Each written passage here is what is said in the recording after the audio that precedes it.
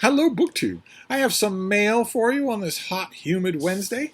And we start off with periodicals. And the periodicals are a bit of a mystery. One of them is. One of the periodicals I got is this.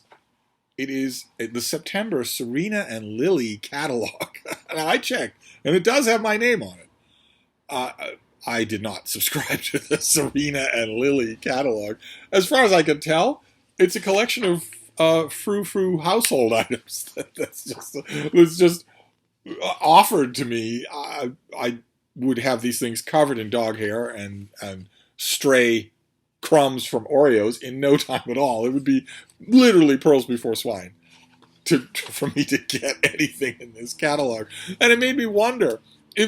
I stared at it and just laughed because I just recently had a subscription card, a subscription envelope with the form and the check and whatnot, returned to me from the London Review of Books.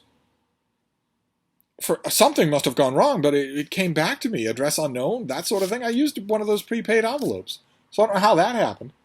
I want to subscribe again to the London Review of Books. I've missed a few issues now. I need to remember to tell Mark Richardson to set his London Review of Book issues aside so that I don't actually miss those things. But I want the LRB coming to my doorstep. And because of that, like I mentioned on a few videos here, when I get these subscription cards, I just fill them out and mail them. No hesitation, no worrying. I want it all. I want all, especially all the literary journals that I want. And the LRB is one of the greatest of them all. So I did that, and I just recently got that whole envelope back. Sorry, we can't deliver this. I wonder if it's because the folks at the London Review of Books are trying to avoid me. In which case, they should take a lesson from the poor, long-suffering Richardson family. The Richardson family packed up the old farmhouse and moved in the dead of night in order to give a slip to me and the Bean, and it didn't work. We found them. We found them again in their new digs, and I can find the LRB. So their attempts to escape me will be fruitless. But I also got the TLS. I got the Times Literary Supplement, the new Times Literary Supplement, with the cover here being The Good War, Richard Overy's magnum opus of imperial conflict. And at first, I love Richard Overy, and at first I had no idea what that meant. Then I opened up the TLS to their first review. And it is of a book called Blood and Ruins by Richard Overy, 1,000 pages. And I immediately squealed, me wanty. I want that book. Richard Overy's magnum opus, probably. I want that book. And I went online and checked, and it's not out until next year. It's not out until the spring in America. 1,000-page history of the first half of the 20th century that exists in the UK, but that I have not read yet. Very bad. Also, there was Jonathan Haslam, The Spectre of War, International Communism and the Origins of World War II. That's new at 500 pages from Princeton. They haven't sent it to me. I very much want that. And also, there's a paid ad for something called Dogopolis, How Dogs Changed the Nature of New York and Paris a century ago. I want all of these things, and yet I don't have them. But when I went to the letters page, we've been following, in the TLS, we've been following a few subjects in the letters page, and one of them deals with the Duke of Windsor, King Edward VIII, who abdicated the throne of England before he could even have his coronation in order to marry Wallis Warfield Simpson. And there's been some ruminations going on in the letters page about how treasonous he really was, based on a book called Traitor King, Traitor King by Andrew Lowney, that I don't think I've seen yet. I don't think that's published in this country either. Really rotten that the UK gets books before I do. Which is more important here, the UK or me? But one Nicholas Rankin writes in from Ramsgate in Kent and says there is some evidence, not in A.N. Wilson's review of Andrew Lowney's book, which may support Leo Frank Holford Stevens' inference from it, that the Duke of Windsor was capable of, quote, urging Hitler to be the aggressor. Remember, we talked about that last time, about the extent of the Duke of Windsor's treason, which I think was complete. I think he not only wanted to help the Nazis conquer his own country, but wanted to be their puppet king and gave them specific instructions. The letter goes on here. In June 1940, the Windsor spent 9 days in Francoist pro-Axis Madrid. David Eccles described the Duke there as pretty fifth column, an opinion confirmed by the Duke's Spanish friend Javier Tiger Bermejo, who told the Spanish Foreign Minister Juan Beideger in June of 1940 that the Duke said the war with Nazi Germany was, quote, all the fault of the Jews and the Reds and Eden, that Anthony Eden's gang, at the Foreign Office, and a lot of other politicians he would put up against a wall. And then the letter goes on. Bermejo also reported the Duke of Windsor stating, quote, if England were bombed effectively, that would bring peace. And that he seemed to want that to happen. Begbetter was almost certainly passed this on to the German embassy. Just a week later, in early July 1940, the Luftwaffe began daylight bombing raids on Britain. The inference being here that they did it because the treasonous Duke of Windsor said that would work. and I think it goes beyond that. I'm wondering if someone will write in response to this, just to keep this subject going. I think it goes well beyond him ruminating that daytime bombings would bring Britain to heel.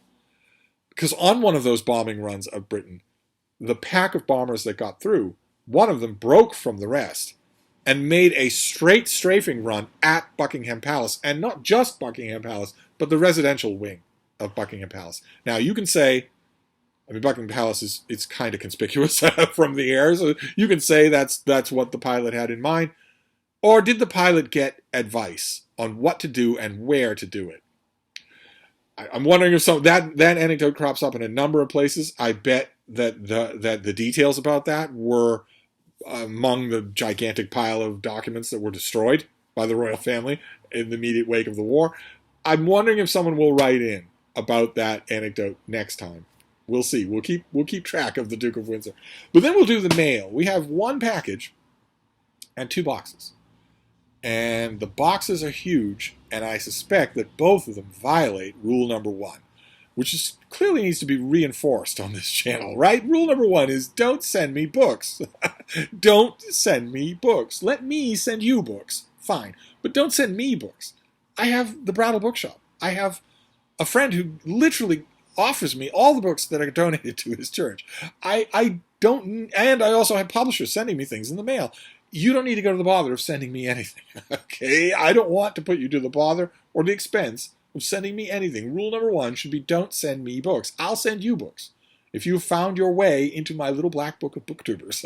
But the first of these, at least, is not a violation of rule number 1. It's clearly from a publisher. So let's see what we have here. Oh, good Lord. Oh, good Lord. Okay. Well, we're not getting far away from the Windsors. Because this comes out in January. This is Jane Ridley's new book. This is her new biography of George V, the father of the Duke of Windsor, who hasn't had a full-length common popular biography in a long time. I'm trying to remember. Was it Kenneth Rose who wrote the last one? The last full-length George V biography? It could be. But anyway, what have we got here? The grandfather of Queen Elizabeth II, King George V ruled the British Empire from 1910 to 1936, a period of unprecedented international turbulence. Yet no one could deny that as a young man, George seemed uninspired. That's putting it mildly. The contrast between him and his flamboyant, hedonistic playboy father, Edward VII, could hardly have been greater. However, George's reign was immensely consequential. He faced a constitutional crisis, the First World War, the fall of 13 European monarchies, and the rise of Bolshevism. And as Jane Ridley shows, the modern British monarchy would not exist without George. He reinvented the institution, allowing it to survive and thrive when its very existence seemed doomed. The status of the monarchy today, she argues, is due in large part to him.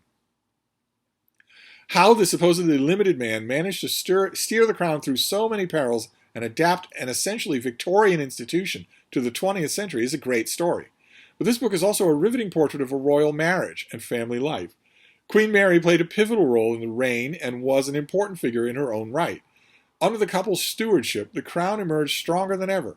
George founded the modern monarchy, and yet his disastrous quarrel with his eldest son, the Duke of Windsor, culminated in the existential crisis of the Duke's abdication only months after George's death.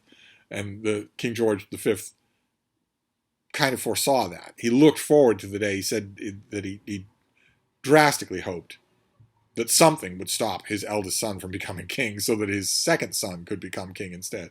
Jane Ridley has had unprecedented access to the archives. No, she hasn't. No, she hasn't. The archives are open. And so the question of unprecedented comes not from, did she get special permission to look at something? Everything that you need to write a biography of George V has been open to scholars forever. The question instead, that unprecedented becomes, did she consult those open sources more than anyone else? She certainly did not consult them more than 2 or 3 royal biographers I can think of. I don't know why you need to make a claim like that. You've already sold the book. And for the first time is able to reassess in full the many myths associated with this crucial and dramatic time. She brings us a royal family and world not long vanished and not so far from our own. Well, that part is true. And Jane Ridley, I bet a lot of you know this author. She's done a lot of books. I think I've reviewed her a couple of times. She won the Duff Cooper Prize for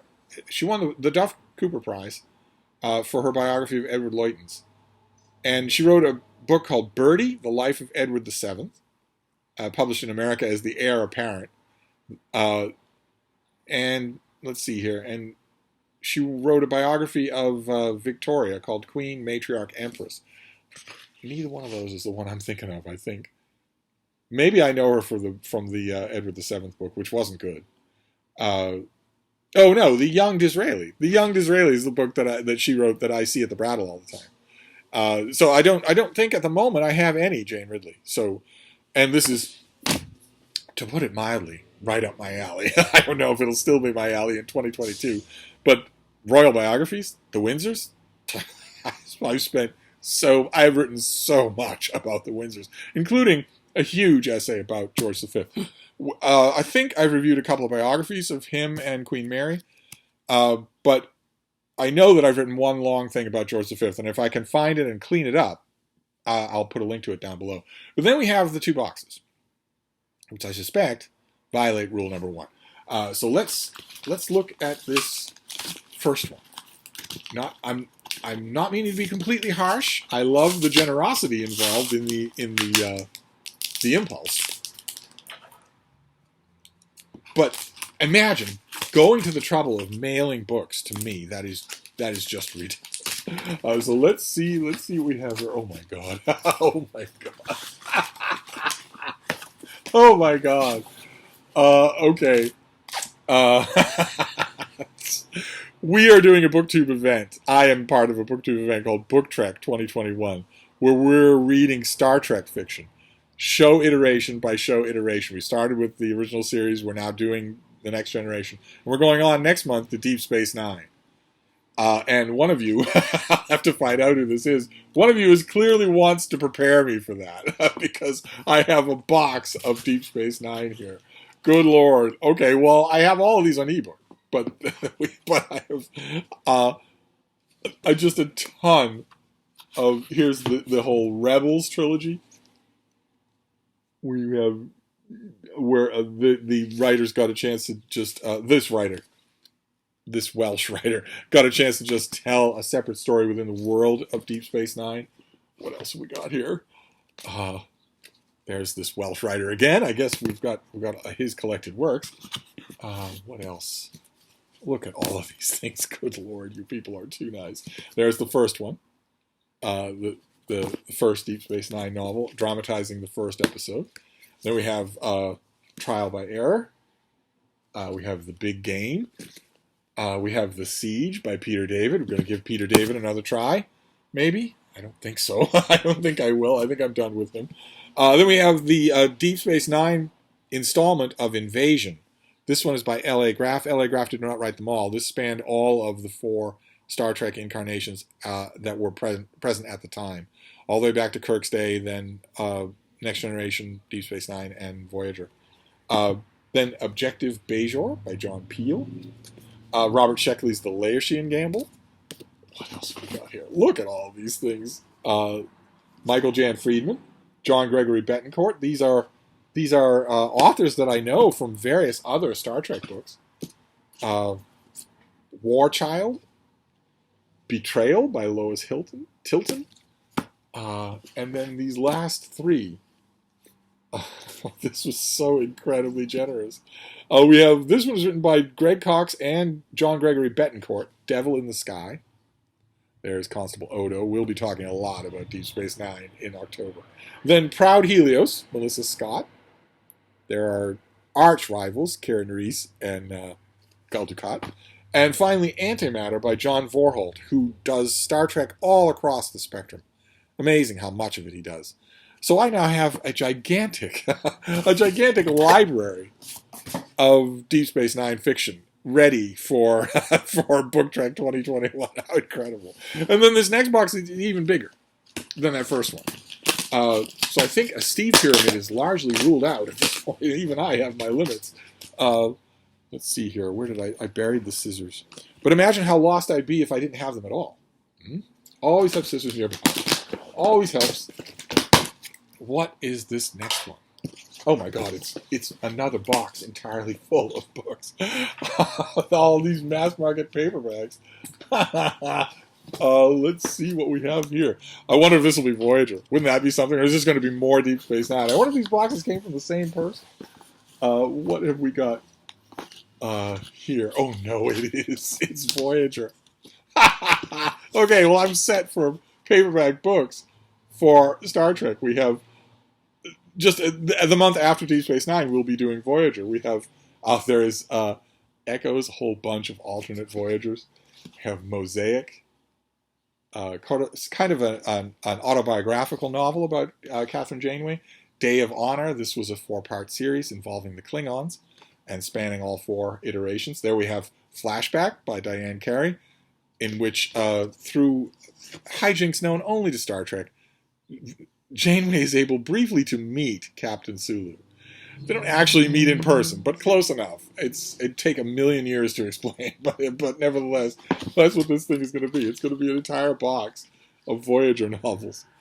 The Black Shore, Chrysalis, The Garden, from when these were more sketch covers than photo covers, Bless the Beast by Karen Haber, Cyber Song by S.N. Lewitt. I wonder if some of my favorite Voyager novels are going to be in this box. That would be great if that were true. The Voyager installment, for instance, of Invasion is terrific. The Escape, the 5th Voyager novel. Ragnarok, that's Voyager novel number 3. There's number 4, Violations by Susan Wright. That name has come up before. Here we have Incident at Arbuk by John Gregory Betancourt. That name has come up before. These people got regular briefs to do these things. The Murdered Son by Christy Golden, which I remember being quite good. Ghost of a Chance. Just this endless supply of Star Trek novels. Let's finish up here so that we don't go on forever. Okay, here's the first Voyager, Caretaker. That is the introduction to the cast. There we have Day of Honor. This is the Voyager. No, this is Deep Space Nine. But the Day of Honor books stretched across the whole of Star Trek. There's Worf and Kor, Captain Kor, who's in Voyager. He's also in Deep Space Nine, and he's in Deep Space Nine, and he's also, of course, an original Star Trek character. Then we have, here's Day of Honor for the original series. There's Kor. These two are the same character, believe it or not. They just look very different. So this will be the whole Day of Honor quartet that I'll be able to read here.